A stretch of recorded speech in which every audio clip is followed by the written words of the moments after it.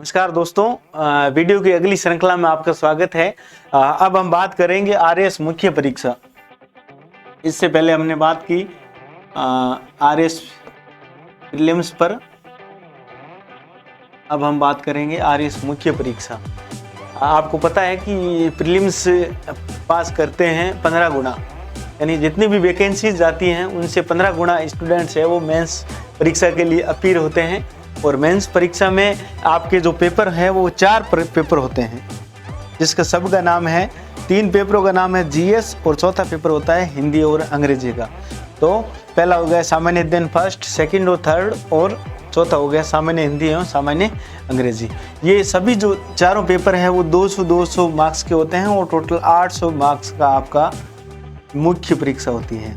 सबकी जो अवधि है वो 3-3 घंटे है और कुल मिला के बात ये है कि मुख्य परीक्षा है वो आपके 800 नंबर की होती हैं और 2 दिन आपके पेपर चलते हैं। 2 दिन यानी 2 पारियों में कुल मिला करके आपके 4 पेपर होते हैं। और अब हम बात करते हैं कि पेपर वाइज आपको किस तरह और कैसे पढ़ना है और क्या स्टडी मटेरियल है वो यूज़ करना है। जो पहला पेपर होता है उसके अंदर आपके इतिहास आता है और इसके अलावा आपकी अर्थव्यवस्था आती है और समाजशास्त्र आता है और मैनेजमेंट, ऑडिट एंड अकाउंट आते हैं। तो इतिहास के पोर्शन में सबसे पहले राजस्थान का इतिहास आता है। तो राजस्थान के इतिहास के बारे में मैंने आपको प्रीलिम्स में भी जो चीज़ें बताई थी वही मुख्य परीक्षा में लागू होती है। एक अपनी जो लक्ष्य है, ये सदाबहार बुक्स है हर एग्ज़ाम के लिए। और इसके अलावा 9वीं से 12वीं तक राजस्थान अध्ययन, इसके अलावा आपकी 9वीं और 10वीं दोनों की जो बुक्स है जो वर्तमान में चल रही है राजस्थान का इतिहास, कला, संस्कृति नाम से, उनको आपको देखना है। तो ये आपके टॉपिक है उनसे कवर हो जाएंगे। फिर भारतीय इतिहास एवं संस्कृति, तो ये जो पॉइंट्स है आपको मोटा मोटी रूप से स्प्रिंग बोर्ड के नोट्स हैं उनसे मिल जाएंगे। इसके अलावा आपके जो किरण गाइड है उनसे आपके जो टॉपिक है वो मोटा मोटी किरण गाइड हो गई और स्प्रिंग बोर्ड के नोट्स, SBA नोट्स, उनसे आपके कवर हो जाएंगे। इसके अलावा और कोई भी चीज़ है वो आप कहीं पर भी देखने की ज़रूरत है नहीं। थोड़ा बहुत आप अगर देखना चाहो तो 11वीं और 12वीं की NCERT किताब है वो देख सकते हैं, क्योंकि पिछली बार हम देखते हैं कि कुछ जो क्वेश्चन है वो NCERT से सीधे आए हुए हैं। अब जो तीसरा खंड है आधुनिक विश्व का इतिहास। इसमें आपको कुछ नहीं देखना है, बस एक ही किताब पढ़नी है 11वीं की, जो पुरानी अभी RBSC की, अभी तो NCERT लागू कर दी है, तो 11वीं की RBSC की जो किताब है इतिहास की, विश्व का इतिहास, उनको आपको रीड करना है और उसमें आपके पूरे के पूरे टॉपिक है वो मिल जाएंगे और आपको कुछ देखने की ज़रूरत है नहीं। अब आगे देखो, आगे इकोनॉमिक्स मैंने प्रीलिम्स में भी बताया और आपको मेंस में भी बताता हूँ कि भाई मनमोहन की जो किताब है इकोनॉमिक्स की, उनका कोई तोड़ नहीं है और 1 स्टॉप वो सॉल्यूशन है। इसके अलावा मनमोहन शर्मा की आपकी बुक्स हो गई DLS प्रकाशन से। और इसके अलावा आपको देखना है इकोनॉमी सर्वे। चीज़ें वही है, लेकिन बात ये आती है कि हम तैयारी किस दिशा में और कैसे करते हैं। तो इकोनॉमिक सर्वे आपका हो गया। और राजस्थान, भारत और विश्व की अर्थव्यवस्था के लिए इनकी 2 अलग अलग किताबें हैं, वो आप पढ़ सकते हैं। इसके अलावा राजस्थान की, मैंने आपको बता दिया कि राजस्थान का आर्थिक समीक्षा, इकोनॉमिक सर्वे आपको पढ़ना है और योजनाएं और थोड़ा करंट अफेयर देखना है। इसके अलावा मनमोहन शर्मा की जो बुक्स है उनको फॉलो करना है। इसके बाद आपका आता है समाजशास्त्र के आपको लिए कुछ नहीं करना है। 11वीं और 12वीं की NCERT की किताब पढ़नी है और इसके अलावा स्प्रिंग बोर्ड के नोट्स पढ़ने हैं आपको, ठीक है। इनसे लगभग आपके 100% जो टॉपिक है वो कवर हो जाएंगे। एक बात मैं आपको बताता हूँ कि कोई किताब है वो अपने आप में परिपूर्ण नहीं होती है, बस ये है कि हम उसको किस तरीके से पढ़ते हैं और उसमें से कौन से टॉपिक है वो निकालते हैं, ये अपने खुद पर डिपेंड होता है। तो अगर किसी भी किताब में से अपन पूरा भी अध्ययन करते हैं और 90% भी हमें याद रहता है तो हमको सफल होने से कोई रोक नहीं सकता। अगला जो टॉपिक है वो प्रबंधन का, आपका मैनेजमेंट का है। तो मैनेजमेंट के लिए आपको कुछ भी नहीं पढ़ना है, स्प्रिंग बोर्ड के जो नोट्स है, शॉर्ट नोट्स हैं और वो ही पढ़ने हैं। तो फिर बताना चाहता हूँ कि स्प्रिंग बोर्ड के जो नोट्स हैं, जो मैनेजमेंट और जो छोटे वाले पार्ट्स हैं उनके लिए काफ़ी हेल्पफुल है। आपको कहीं पर भी देखने की ज़रूरत है नहीं। कुछ टॉपिक ऐसे होते हैं जिनमें थोड़ा बहुत आपको नहीं मिलता है, तो उस टाइम आप थोड़ा बहुत बुक्स है उनकी भी, यानी RBD जो किताब आती है उनकी भी हेल्प आप ले सकते हो। बाकी मोटा मोटी आपको स्प्रिंग बोर्ड के नोट से मिल जाएगा। अब फिर लेखांकन एंड अंकेक्षण यानी ऑडिट एंड अकाउंट आपको देखना है, तो किस में से देखोगे? NCERT की किताब है 11वीं, NCERT की किताब हो गई 11वीं और 12वीं की किताब, ठीक है, ये आपको देखना है। इसके अलावा आप स्प्रिंग बोर्ड के नोट्स है वो पढ़ सकते हो। 2 ही चीज़ें आपको पढ़नी है, ज़्यादा पढ़नी नहीं है। मैटर आपके पास सीमित भले ही हो, लेकिन ऐसा होना चाहिए कि आपको कहीं और भटकना न पड़े और आपको कम समय के अंदर आपको अधिक जो कंटेंट है वो मिल जाए और आपका सिलेक्शन है वो हो जाए। अगला जो सेकंड पेपर, फर्स्ट पेपर के बाद हमने कर ली, फिर सेकंड पेपर में जो पहली इकाई लगती है वो एथिक्स की लगती है, नीति शास्त्र की लगती है। तो नीति शास्त्र में कुछ साथी सलाह देते हैं कि आप लेक्सिकॉन पढ़ो, लेकिन मैं आपको सलाह दूंगा कि यूट्यूब पर 3 वीडियो पड़े हैं। इसके 3 वीडियोज देखने हैं आपको। 3 वीडियोज है राजेंद्र पेंशा सर के, इनके राजेंद्र पेंशा सर के भाटिया आश्रम चैनल पर है। बहुत ही शानदार, यानी गागर में सागर भरने वाले वीडियो है राजेंद्र पेंशा सर के।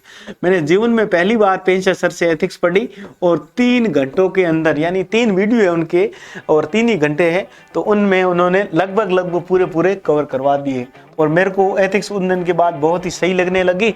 इसके अलावा महेश ओला सर जो RTS हैं और हमारे मार्गदर्शक बड़े भाई साहब हैं, तो उनकी एक किताब है रामराज प्रकाशन नाम से, महेश ओला जी की रामराज प्रकाशन। वो किताब है, वो गागर में सागर भरने वाली छोटी सी किताब है, भाई साहब द्वारा लिखित महेश ओला सर की किताब, वो आपको पढ़नी है।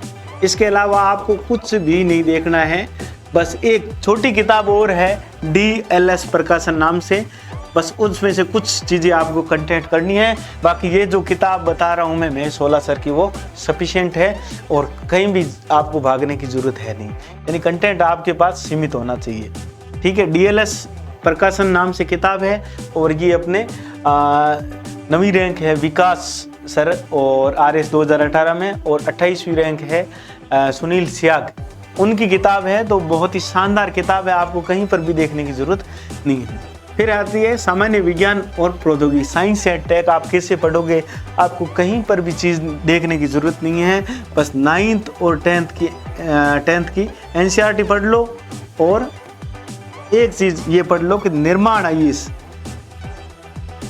मैंने बताता हूँ एक बात, निर्माण IAS की किताब पढ़ी और बिना साइंस का स्टूडेंट हुए, यानी 11वीं और 12वीं की मेरे पास साइंस नहीं है, फिर भी मेरे 41 नंबर आए थे पेपर सेकंड में 2018 में। तो ये चीज़ है कि साइंस की छोटी छोटी चीज़ें बहुत ही अच्छी तरीके से दी हुई है, बस आपको उनमें से शॉर्ट नोट्स बनाने हैं, तो आपको कुछ भी नहीं करना है, ये चीज़ देखनी है। इसके अलावा साइंस और टेक हो गई आपकी, कोई दिक्कत ही नहीं है। इसके अलावा बाद में आपकी जो तीसरी इकाई आती है वो आपकी आती है पृथ्वी विज्ञान भूगोल, यानी भूगोल की आती है। जो सबसे पहले आता है विश्व का भूगोल। विश्व के भूगोल में आपको कुछ नहीं करना है, बस चीजें देखनी है कि 11वीं की RBSC की किताब, ठीक है, और एक चीज देखनी है अपने महेश कुमार बर्णवाल, बस प्री हो या मेंस हो, तब मैं ये किताब महेश कुमार बर्णवाल भूगोल के लिए, भारत और विश्व के भूगोल के लिए अच्छी किताब है। ये लगभग इनसे पूरे कवर हो जाएंगे। इसके अलावा 11वीं की आप NCERT भी जरूर पढ़े मेंस में, जिससे आपको क्या है जो मुख्य बातें हैं वो आपको पता लगेगी।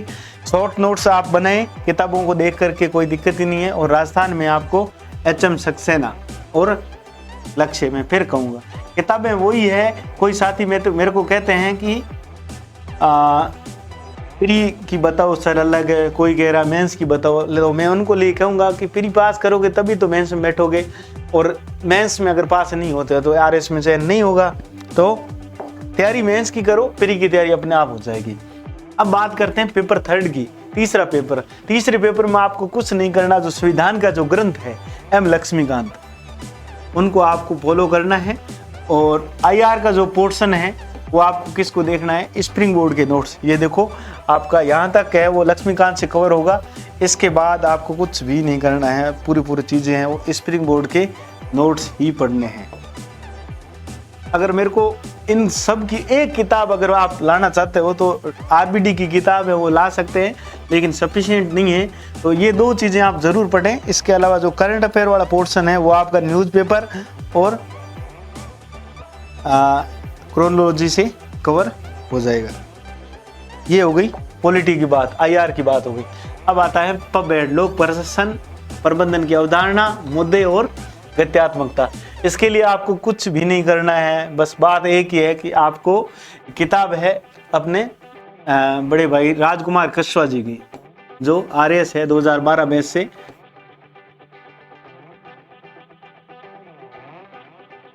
उनकी है किताब है, वो आपको पढ़नी है। रामराज प्रकाशन नाम से है वो आप पढ़ें, अच्छी किताब है।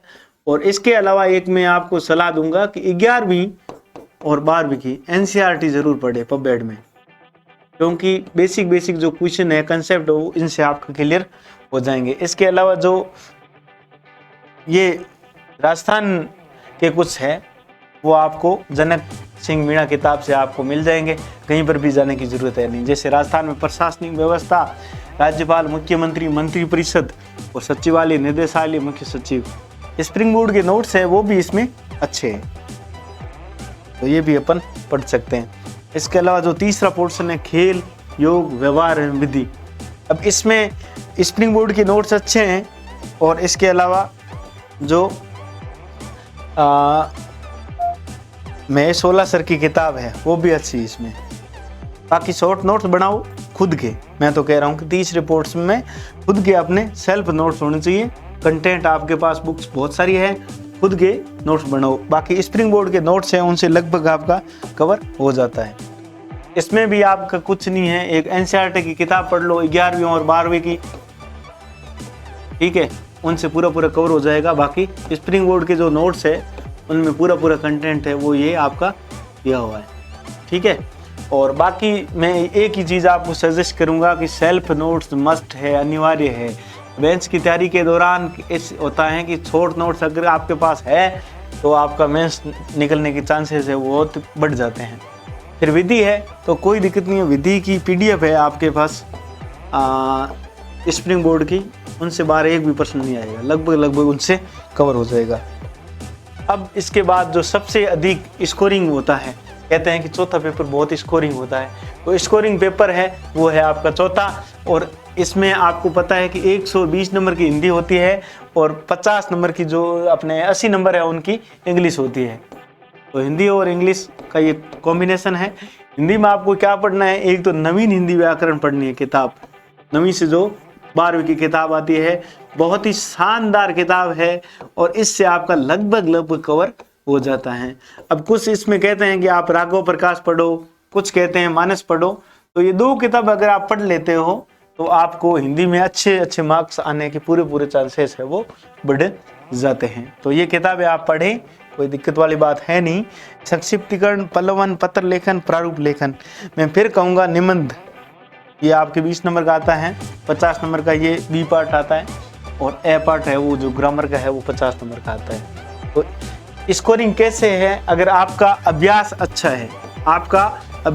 है, आपने प्रैक्टिस की है, आपने जो व्याकरण वाला पोर्शन है उस पर कमांड की है और इसके अलावा जो B पार्ट है उसमें भी आपने प्रैक्टिस की, कंटिन्यू आपने ये चीज़ें सीखी हैं, अपने जेहन के अंदर धारण की। क्योंकि जब आप प्रशासनिक अधिकारी बन जाओगे तो नित्यचर्या में यानी डेली लाइफ के अंदर आपका इनको यूज़ होगा। आपको देखना है कि परिपत्र कैसे निकालना, निविदा कैसे निकालनी है, आए दिन ऑफिस के अंदर जो ऑफिशियल वर्क है उनके अंदर लेटर आपको लिखने होते हैं। उसके बाद ये निबंध है वो लिखना है, आपको सार्ग गर्भित निबंध लिखना है और जो शब्द सीमा होगी वो 250 शब्द होगी, यानी आपको कम से कम 3 पेज का निबंध लिखना है। लिखना ऐसा है कि सामने वाला प्रभावित हो जाए। तो ये है हमारा हिंदी का बात हिंदी में बस ये है कि स्कोरिंग है, एक तो आप प्रैक्टिस करें डेली और चीज़ें याद करें, वोकैब अधिक से अधिक याद करें और प्रैक्टिस करें, ये चीज़ है। हम इसको हल्के में ले लेते हैं कि हिंदी हमें आती है। अब जो लास्ट का जो 80 मार्क्स का है वो इंग्लिश का है पोर्शन, जिसमें 20 नंबर की आपकी आती है व्याकरण और 30 नंबर की जो आती हैं वो है कॉम्प्रिहेंसिव ट्रांसलेशन एंड प्रिसिस राइटिंग। अब इसके लिए मैं तो कहूँगा कि एक ही किताब पढ़ें आप, वो है अपने जो राकेश बांबू सर, आरबीडी की किताब आती है। राकेश बांबू सर ने बहुत ही शानदार किताब अभी लिखी है, खुद अपने आरबीडी नाम से, रंगीन भी है, आकर्षक है, बहुत शानदार है। 2021 वाली परीक्षा में बम्पर क्वेश्चन उनसे आए हैं। राकेश बांबू सर, आरबीडी है ना, और उनका आर विजय नाम से ऐप भी है, तो वो खुद पढ़ाते हैं, राकेश बांबू। ठीक है, बहुत ही शानदार किताब है, आप इनको जरूर पढ़ें। तो ये मोटा मोटी रूप से बात हुई। अब आप मेरे को कहोगे कि सर आपने 2 बार मेंस पास कर लिया, कुछ ऐसा क्या खास बात है कि जो हमें मेंस पास कर सकते हैं? तो मेंस पार करने के लिए मैं बताऊंगा कि आपकी 3-4 चीज़ें मैं आपको बताऊंगा जिनको आपको ध्यान रखने की बहुत ज़रूरी है।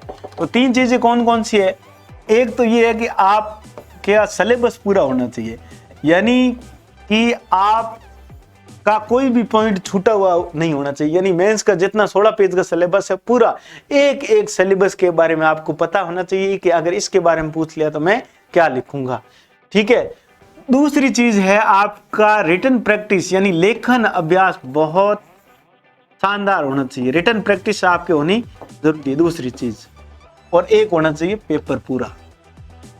पेपर पूरा आप कंप्लीट करोगे, यानी टाइम से आपका पेपर पूरा होगा, एक भी क्वेश्चन अगर आपने छोड़ा नहीं है तो आपको मेंस के अंदर उत्तीर्ण होने से, इंटरव्यू कॉल होने के लिए कोई नहीं रोक सकता, कोई नहीं रोक सकता। ये मेरा पर्सनल एक्सपीरियंस है और भाटिया सर भी यही बताते हैं और मैंने महसूस किया है। अगर 3 चीज़ें आपके अंदर है, अच्छी तरीके से आपने इनको माइंड के अंदर बिठा रखा है, तो आपको कोई नहीं रोक सकता कि आपका मेंस पास नहीं हो।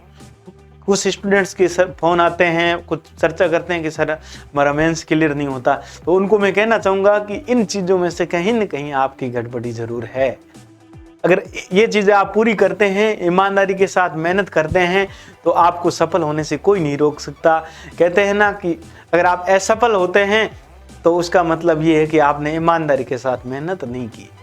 कुछ लोग ये चाहते हैं 6 महीने तैयारी करके हमारा मेंस पास हो जाए, तो वो ध्यान रखना कि मेंस पास करने के लिए निरंतरता जरूरी है। कम से कम 1 से 1.5 साल 2 साल तक मेहनत जरूरी है। ये चीज़ ध्यान। हैंडराइटिंग का भी प्रभाव रहता है। कुछ बच्चे कहते हैं कि सर हैंडराइटिंग कितनी जरूरी है, तो हैंडराइटिंग भी जरूरी है, वो प्लस पॉइंट है। ये चीज़ है। खाना परोसने का एक तरीका होता है, किस तरह से हम अपने प्रेजेंट करते हैं, अपने उत्तर को कैसे अट्रैक्टिव बनाते हैं कि जो नंबर देने वाला है वो अपने को ज़्यादा नंबर दे। ये चीज़ है। अगले वीडियो में हम और बात करेंगे। अंत में मैं एक शायरी के माध्यम से मेरी क्लास खत्म करूंगा कि जिंदगी की असली उड़ान अभी बाकी है, जिंदगी के कुछ और इम्तिहान अभी बाकी है, अभी तो नापी है मुट्ठी भर जमीन हमने, लेकिन सारा आसमान बाकी है, लेकिन अभी सारा आसमान बाकी है। जय हिंद दोस्तों, फिर मिलेंगे इसी प्लेटफॉर्म पर। जुड़े रहिएगा, खुश रहिएगा, मौज रहिएगा।